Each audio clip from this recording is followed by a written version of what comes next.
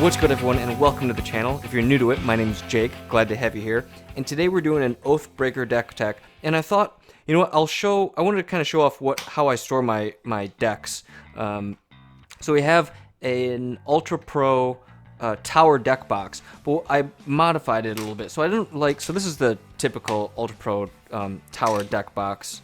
And you see it has this bottom slot for dice. And these are great for like commander if you want to have all your commander deck and tokens or dice or whatever else in here. But for like Oathbreaker, it's a lot. It's only a 60 card deck and there's no sideboard, so it's not really necessary to have all that space and take up all. You know, these are pretty big. So what I did was I just take the bottom tray out. I actually dremeled off this little lip here, and then what I'm left with is this pretty compact but very solid, mostly waterproof, right? Like if it rains or gets a little incidental moisture or liquid on it, it's not going to ruin the deck. You know, it can't be submerged, obviously. But yeah, so I just kind of thought I'd show that off real quick. Inside you can see there's actually plenty of room inside for dice, and this is like a deck topper reminder token, a little separator, even a life pad, the deck, and then I put these little plastic dividers in here to stop the top from catching cards. So anyways, thought people might be interested in that. So let's just start going through the deck here. So our commander and Oathbreaker spell are Sorin, Imperious Bloodlord, and Temporal Extortion. For those not familiar with Temporal Extortion, it's an older card, so from Planar Chaos. It costs 4 black, it's a sorcery. When you play Temporal Extortion, any player may pay half his or her life rounded up. If a player does, counter Temporal Extortion. And if no one does that, you get to take an extra turn. It's a black time walk. It costs 4 black and it's a time walk. And the best part about it is you get to just keep casting it from the command zone. You know, it's 4 and then 6 and then 8, etc., etc. The thing with Oathbreaker is you only start out with 20 life. No one is that keen to pay half their life. You have such few life to start. So I've cast Temporal Extortion many a time, and it's resolved many a time. I think only one time out of maybe 8 or 9 times casting it, someone actually paid half their life, and at that point the game was so over. I think they just did it for prosperity's sake. But super fun. Highly recommend it. It's not essential to my deck, but it's such a good card, so fun. I wouldn't say that this is a casual build. I wouldn't say it's a super competitive build. I think it fits pretty nicely into where my group and my meta plays Oathbreaker. So let's start going through it. I separated them out by category. So to start, Doomblade, it's just a really good removal spell.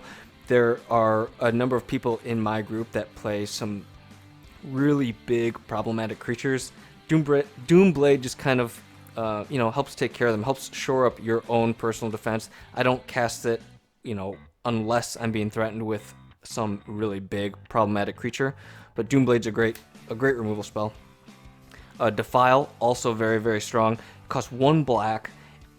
Target creature gets -1/-1 until end of turn for each swamp you control. So we're playing mono blacks. We have a lot of swamps. It's not difficult to get up to like 5, 6, 7 swamps. We're also running Urborg, that helps. And really that takes care of a lot of the creatures that might give us some heartburn or headache. The Eldest Reborn. This is just kind of like a budget card that I thought was pretty good. It costs 5. When it comes into play, each opponent sacrifices a creature or planeswalker. It's quite good. The next tick is each opponent discards a card. And then for the final saga, we get to put a creature or planeswalker card from a graveyard onto the battlefield under our control. So that includes our opponent's graveyards as well. Definitely don't forget that aspect of it. Liliana's Triumph. This is just a really good edict effect. Each opponent sacrifices a creature. We don't have any Liliana planeswalkers in this deck, but I had this, and the art is is really good, so I'm using it. Damnation, I mean, if you're playing black, you should probably be playing Damnation. Definitely not a budget card, but it's such a powerful effect. Had to include it. Murderous Rider.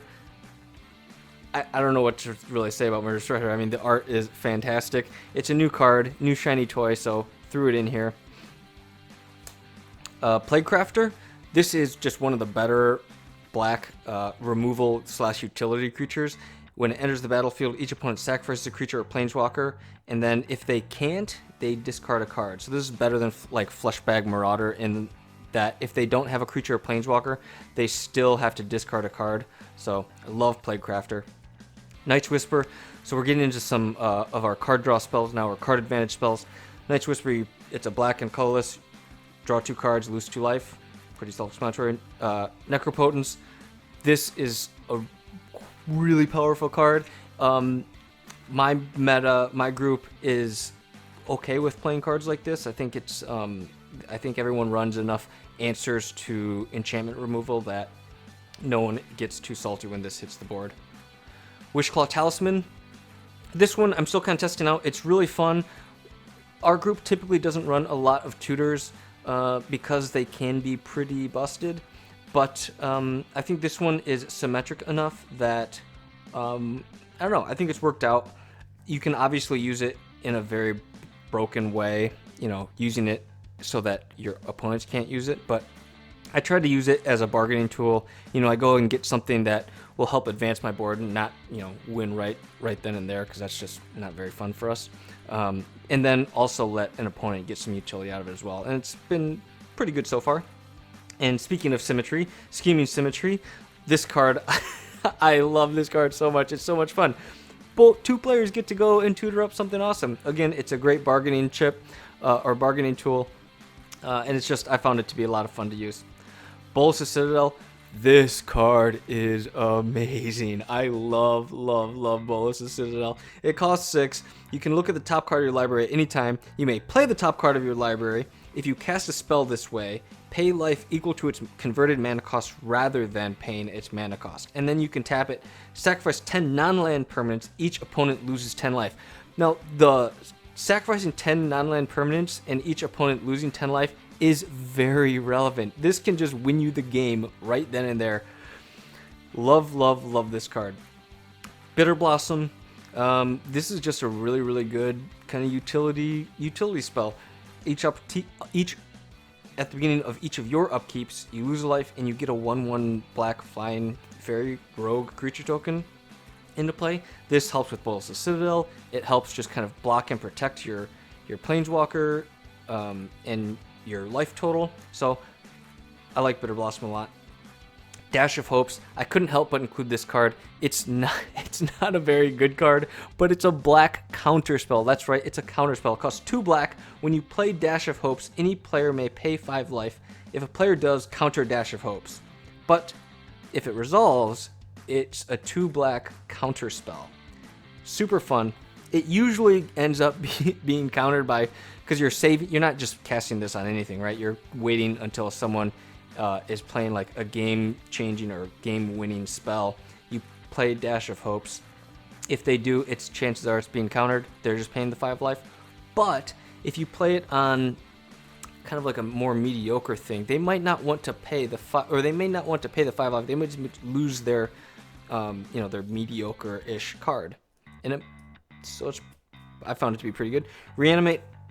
We get to pay a black, put a creature card from any graveyard into play under our control. We lose life equal to that creature's total casting cost. We have a lot of removal. People are usually playing some pretty powerful things in Oathbreaker, so I found Reanimate to be pretty good. Unearth. Return to our creature card with converted mana cost 3 or less from our graveyard to the battlefield. It also has cycling, so if we find that we don't have any targets, we can cycle it away and replace it. Sorin has a good effect here, a +1 effect. You may sacrifice a vampire. When you do, it deals 3 damage to target player and we gain 3 life. There are a number of vampires that we're playing that we can sacrifice, drain for 3, bring it back with Unearth, do it again. All of those incremental life gains and damage dealt to our opponents, those really add up. So I've found Unearth to be pretty good. Solemn Simulacrum. This is just a really good card, period. I mean, you find this in most EDH decks. It costs 4, it's 2/2. When it comes to the battlefield, it's just your library for a basic land card, put it into play. When it dies, you draw a card.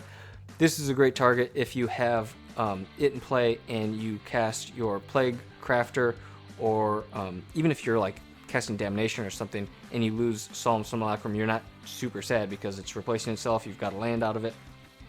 Cryptcast. Cryptcast is one of our ramp spells, so when we play it, well, it also drains too, so if we pay 5 and we deal a damage to each of our opponents and then we gain that much life, also quite relevant. And then when we tap a swamp for mana, add an additional black to your mana pool, so each swamp ends up adding 2 black, so it's really, really good, and you'll see why we care about that, because we do have some more expensive spells in our deck outside of like Bolas' Citadel, which we've already seen. Dread Presence, another really good utility creature for our mono black deck. Whenever a swamp enters the battlefield, we have a lot of swamps. We get to choose one. We get to draw a card and lose a life, or we can have it deal 2 damage to any target and we gain 2 life. So again, the incidental life drain and just drawing cards is quite good. Riding Regisaur, I don't know, I threw this in here because it's a new card, new shiny toy, and I actually haven't gotten to play it yet, but I feel like it's, yeah, I don't know, the jury's still out on it. It's a 3-cost 7/6. Oathbreaker tends to be a very fast format. Getting some cards into our graveyard isn't necessarily a bad thing. We do have some recursion, graveyard recursion, and it's a 7/6, so it's quite significant. If we can even get across one opponent, I mean, we'll have 3 opponents to choose from. Obviously, it can be chump blocked very easily, but if we can get in even damage on one opponent, that's 7 damage. It's a lot of damage. So, I don't know. I'm hopeful for Riding Regisaur. Ayara, First of Locthwain, costs 3 black, it's 2/3. Whenever it or another black creature enters the battlefield under our control, each opponent loses 1 life and we gain 1 life. And then we can sacrifice another black creature and draw a card and tap it. This does a couple of things. One, the 3 black is very relevant. You can probably predict why.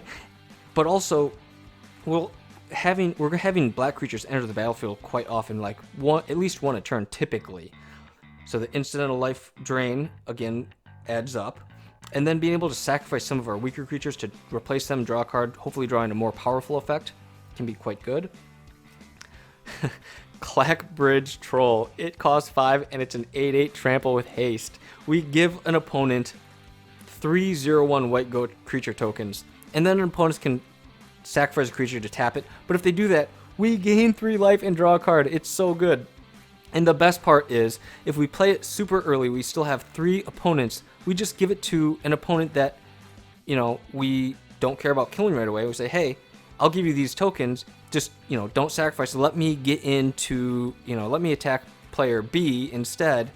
And usually that works out. And attacking turn 4 or 5 with an 8/8 trample haste is pretty good, I must say. Yawgmoth Transposition. This is one of the best utility cards I've found in black. It's so good. It's 2/4, so it has a big body. You can pay a life, sacrifice a creature, put a -1/-1 counter on to up to 1 other target creature, and draw a card, and then you get to discard a card and proliferate.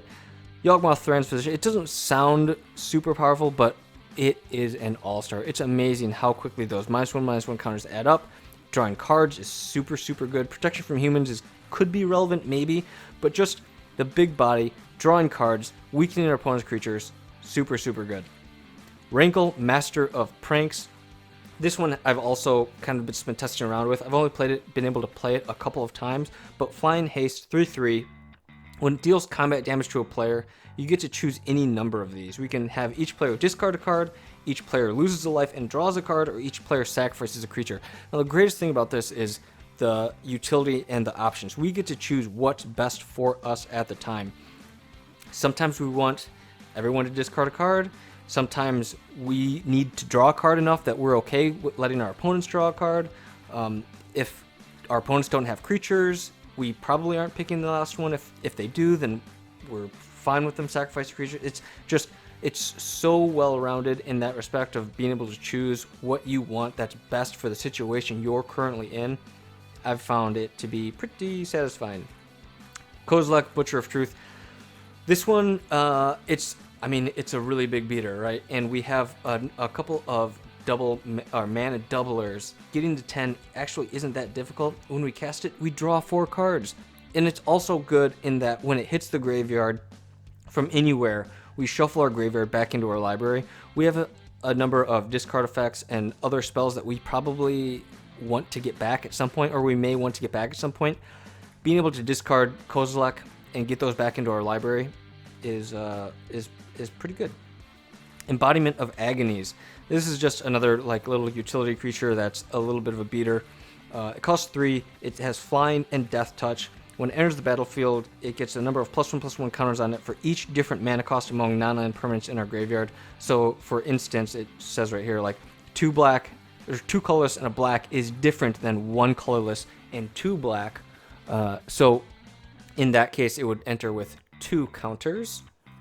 So it can be pretty big. Desecration Demon, again, just a really big beater. It costs 4, but it's a 6/6 flyer. Because we have a number of opponents, we can use it as to, kind of cut deals. Chancellor of Dross. This is the dream. A huge part of why I wanted to make this mono black deck the way I did was Sorin and Chancellor of Dross.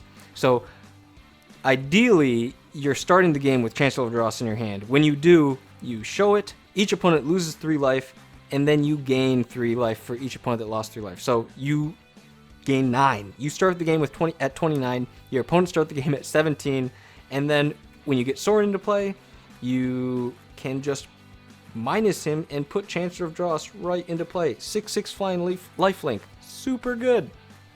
Nirkana Revenant, another mana doubler. Oathsworn Vampire. This is just an early creature drop. And enters the battlefield tapped. It's also a target for Sorin's second +1. Where we get to drain for 3, and we can also play it from our graveyard if we gain life. So we can play it, sack it to Sorin, drain for 3, and then play it from our graveyard because we gain life. Pretty good. Gifted Aetherborn, again another vampire. It also has Death Touch and Lifelink, both very relevant. Vampire Hex Mage, again another vampire. This one we're probably using on its own. We're not sacrificing Sorin, but it can be targeted with like Unearth. Once it's in play, we can sacrifice it and remove all counters from a permanent. Because we're playing Oathbreaker, this just one-shots our opponent's planeswalkers, commanders. Vampire Nighthawk, another vampire. Flying, Death Touch, and Lifelink. Vampire Nighthawk is just an all-star. Defiant Bloodlord, again a vampire, so we can just get it into play for free. Whenever we gain life, target opponent loses that much life. We have quite a few ways to gain life, so this can add up and snowball very quickly. Villas, Broker of Blood. This card is amazing. It's so good. It's an 8/8 flyer. We can pay a black and 2 life. Target creature gets -1/-1 until end of turn.